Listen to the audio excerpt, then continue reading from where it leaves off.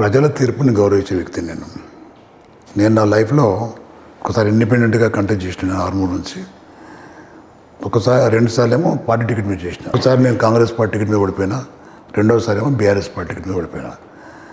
7 సార్లు కంటెస్ట్ చేసిన ఇండిపెండెంట్తో కలుపుకొని, 4 సార్లు ఎమ్మెల్యే గెలిచిన.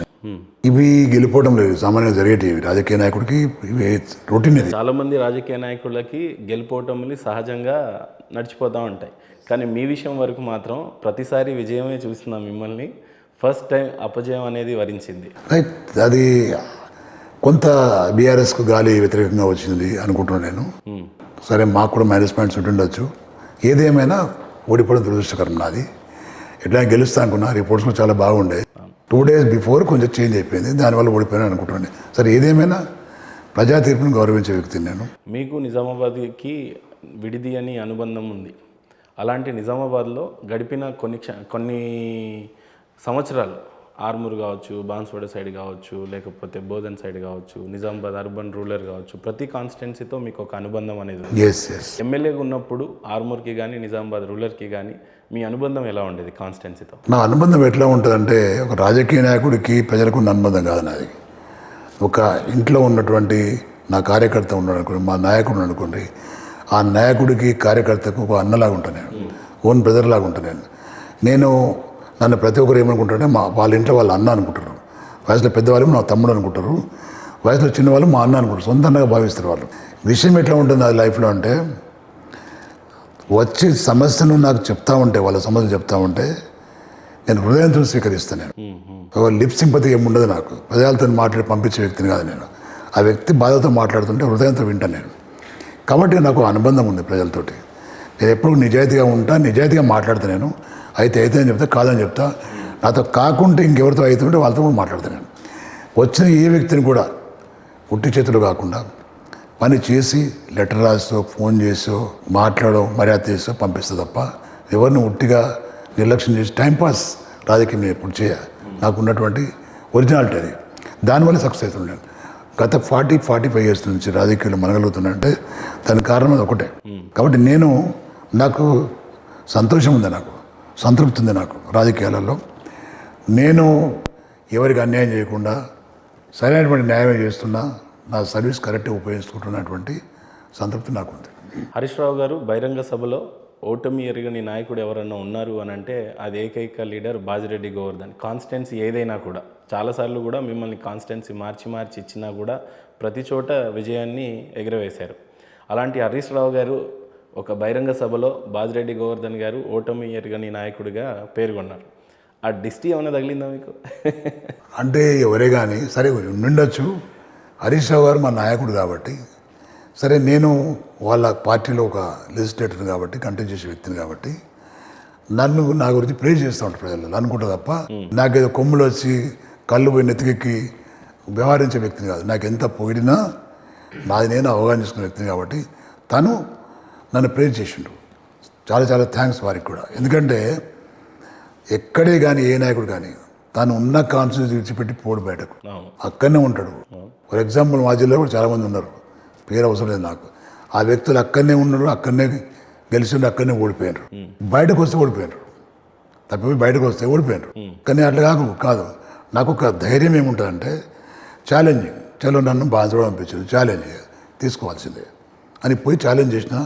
నామినేషన్ నాడు నాకు 100 మంది మాత్రమే. నాతో శ్రీనివాస్ రెడ్డి గారికి 10,000 మంది నామినేషన్ నాడు.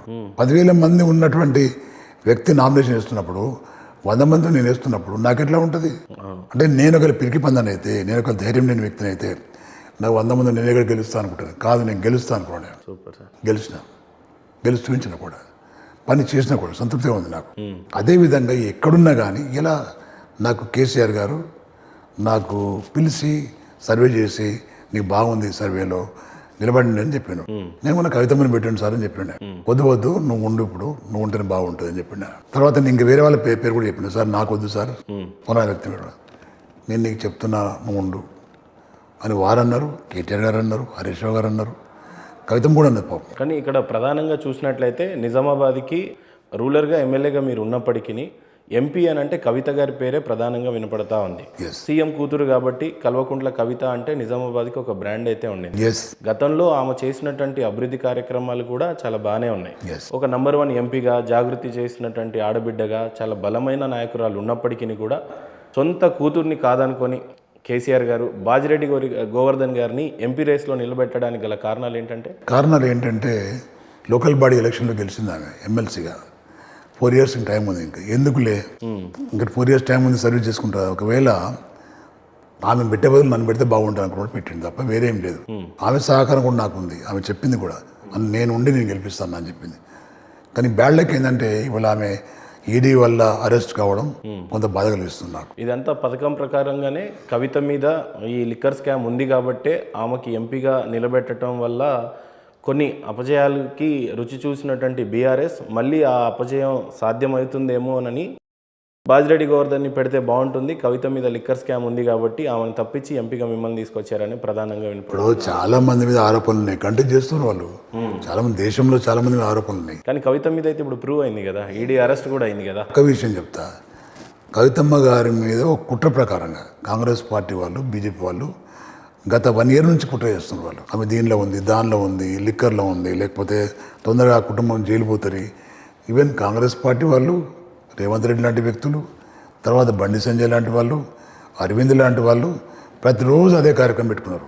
అరెస్ట్ చేయకపోతే కుమ్మక్కయ్యండి బీజేపీ వాళ్ళు, మేము ఈ విధంగా రెచ్చగొట్టి ఆమె సాక్షిగా ఉందని పెట్టి ఫస్ట్ కేసులో మళ్ళీ అక్యూజ్ని పెట్టుడేది నాకు అర్థం కాదు. సాక్షిగా ఉన్న వ్యక్తిని అక్యూజ్ చేస్తారు. ఇక్కడ చరిత్రలో ఉందా అంటే ఆమె సుప్రీంకోర్టులో వేసింది కాబట్టి దాన్ని దృష్టి పెట్టుకుని పగ సాధించడానికి. అది రెండో విధంగా ఏంటంటే ఎప్పుడైతే మోడీని విమర్శించాడో కేసీఆర్ గారు కానీ కేటీఆర్ గారు కానీ మోడీతో ఢీకొన్నాడో అప్పటి నుంచి శత్రుత్వం పట్టుకున్నారు బీజేపీ వాళ్ళు. ఈయనను తొక్కేస్తే మాకు ఎవరు అడ్డం ఉండరు తెలంగాణ రాష్ట్రంలో అనే ఉద్దేశంతో ఇవంతా కుట్ర చేసి మరి ఈ కేసులో ఆమె నిరికించి విట్నెస్గా ఉన్న మహిళను రేపు అక్యూజ్డ్ పర్సన్ చేసి అరెస్ట్ చేయడం అనేది ఏదైతుందో ఇది కుట్రలో భాగం. ఇద్దరు కలిసి చేసిన కుట్ర ఇది. ఎవరు? కాంగ్రెస్ పార్టీ కాదు, తెలుగు కాంగ్రెస్ పార్టీ. ఇదే రేవంత్ రెడ్డి కాంగ్రెస్ పార్టీ ఒరిజినల్ వ్యక్తి కాదు, ఇది తెలుగుదేశం కాంగ్రెస్ పార్టీ వ్యక్తి. ఆయన మాట్లాడే మాటలు ఎప్పుడు పెట్టుకుంటాయంటే చంద్రబాబు నాయుడు డైరెక్షన్ నడుస్తుంటాయి. మరి చంద్రబాబు నాయుడు బీజేపీతో కుమ్మక్కయ్యాడు, అంటే అలయన్స్ అయ్యాడు. ఈయన కూడా అలయన్సే. రేపు అవసరమైతే రేపు పొద్దున పార్లమెంట్ ఎలక్షన్ తర్వాత ఈయన జస్ట్ లైక్ మహారాష్ట్ర షిండే ఎట్లయిండో రేవంత్ రెడ్డి కావడంలో కూడా పెద్ద ఆశ్చర్యపడే అవసరం లేదు. అంటే తొందరలోనే రేవంత్ రెడ్డి డెఫినెట్ గా తీసుకొని బీజేపీలోకి వెళ్తారు అని అంటారు. డెఫినెట్ గా. ఎందుకంటే వీళ్ళకు రాజగురు ఎవరు? రామోజీరావు గారు. నాకున్న సమాచారం ప్రకారంగా రామోజీరావు గారిని కలిసిండు రేవంత్ రెడ్డి గారు. 4 hours డిస్కస్ చేసిండు. రామోజీరావుకి ఇద్దరికి గురువు ఆయన. రామనాయుడు గురువు, ఇక్కడ ఉన్న ముఖ్యమంత్రి గారి గురువు. వాళ్ళు ఆయన ఒకటే సజెషన్ ఇచ్చిన విషయం ఏంటంటే కేసీఆర్ గారు మోడీతో పెట్టుకున్నారు కాబట్టి ఇబ్బందుల పాలవుతున్నాడు ఆయన, మాకు పెట్టుకోక మోడీతోనని చెప్పాడు. పెట్టుకోకునే విషయం ఏదైతుందో బయట ఎప్పుడు వచ్చిందంటే మొన్న ఒక మీటింగ్లో మేరా బడబాయే మోడీని పట్టుకుని ఆ మేరా బడబాయే మా యొక్క చోటబాయి గుజరాత్ మోడల్ మాకు కూడా కావాలని అయితే మాట్లాడాడు, నిధులు కావాలన్నాడు. దాన్ని బట్టి అర్థం చేసుకోలేదు. అంటే దాంట్లో తప్పేం లేదు కదండి. గతంలో మీ ముఖ్యమంత్రి కేసీఆర్ కనీసం మోడీ గారు వస్తే రిసీవ్ చేసుకోవడానికి పోటైన పరిస్థితి. ఎప్పుడైతే ప్రధానమంత్రి తెలంగాణకు వస్తున్నాడని తెలిసిన ముఖ్యమంత్రి కేసీఆర్కి జ్వరం వచ్చేది. కేసీఆర్ పోయి రిసీవ్ చేసుకోవాలి ఒక ప్రధానమంత్రిని అని అంటే రిసీవ్ చేసుకోవడానికి పోయే దాఖలాలు లేవు. ఈరోజు ముఖ్యమంత్రిగా ఉన్న రేవంత్ రెడ్డి వస్తున్నారంటే ఖచ్చితంగా స్వాగతం పలికాడు. ఆ ముఖ్యమంత్రికి ఈ ముఖ్యమంత్రికి చాలా తేడా లేదా? తేడా ఎందుకున్నా అంటే తేడా ఉండడం వేరు. కేసీఆర్ గారికి మోడీకి జరిగిన ఘర్షణ ఏతుందో దాని వెనుక చాలా కారణాలు ఉన్నాయి. కారణాలు ఏంటంటే ఫర్ ఎగ్జాంపుల్ సమతామూర్తి విగ్రహం ఇనాగరేషన్ ఆవిష్కరణ అక్కడ స్టార్ట్ అయింది. మొత్తం పని చేయించింది కేసీఆర్ గారు, సీఎం గారు అప్పుడున్నప్పుడు. ఆయన డైరెక్షన్ ఏమైందంటే సీఎం పేరు ఉండదు అక్కడ, నా పేరే ఉండాలి. మోడీ డైరెక్షన్. సీఎం కష్టపడి దాన్ని సహకరించింది పక్కన పెట్టేసి ఇవాళ జూపల్లి రామేశ్వరరావు గారికి డైరెక్షన్ ఇచ్చి అక్కడ చిన్నజీర స్వామి గారి నాయకత్వంలో పనిచేస్తున్నటువంటి కార్యక్రమం ఉండద్దంటే ఎట్లా పోతాడండి ఆయన? ఎందుకు పోతాడు? ఆయన కరెక్ట్గా వ్యవహారం చేస్తే మోడీ యాదగిరిగుట్ట కానీ పిలుస్తుండే. యాదగిరిగుట్ట ఇనాగరేషన్కు మోడీ వస్తుండే, మాకున్న సమాచారం. ఎప్పుడైతే ఇక్కడ అవమానించారో ముఖ్యమంత్రి గారిని, ఆయన అవమానపడలేండు, వెళ్ళలేదు. తను చాలా కొంచెము ఇండివిజువాలిటీ ఉన్న వ్యక్తి కాబట్టి పోలేదు. అక్కడి నుంచి రప్చర్ అయిపోయింది. దాని తర్వాత ఇవన్నీ జరిగినాయి. నేనేమంటున్నా అంటే, సరే పోయిండు, ప్రధానమంత్రి వచ్చిండు, రేవంత్ రెడ్డి ముఖ్యమంత్రిగా పోయిండు, అంత భజన చేసే అవసరం లేదు కదా. అంత భజన చేసే అవసరం లేదా? అంతకుముందు గుజరాతీ మోడల్ ఏమన్నాడు? గుజరాతీ మోడల్ అంటే దోసుకొని పోడేనా, సంస్థలు లేపుకొని పోడేనా, అదే మోడల్ కావాలి మాకు అని మాట్లాడిన వ్యక్తి, అది నోరా తాటి మట్టన మళ్ళీ వచ్చి గుజరాత్ మోడల్ మాకు కావాలన్నది. ఎప్పుడెప్పుడు ఏం మోడల్ మారుస్తారో అర్థమైతే లేదు. కాబట్టి వీళ్ళిద్దరు కుమ్మక్కయ్యారు. Telugu Congress party and BJP కుమ్మక్కై కుట్ర చేసి కవితమ్మను లోబడి చేసింది తప్ప వేరే విషయం లేదు.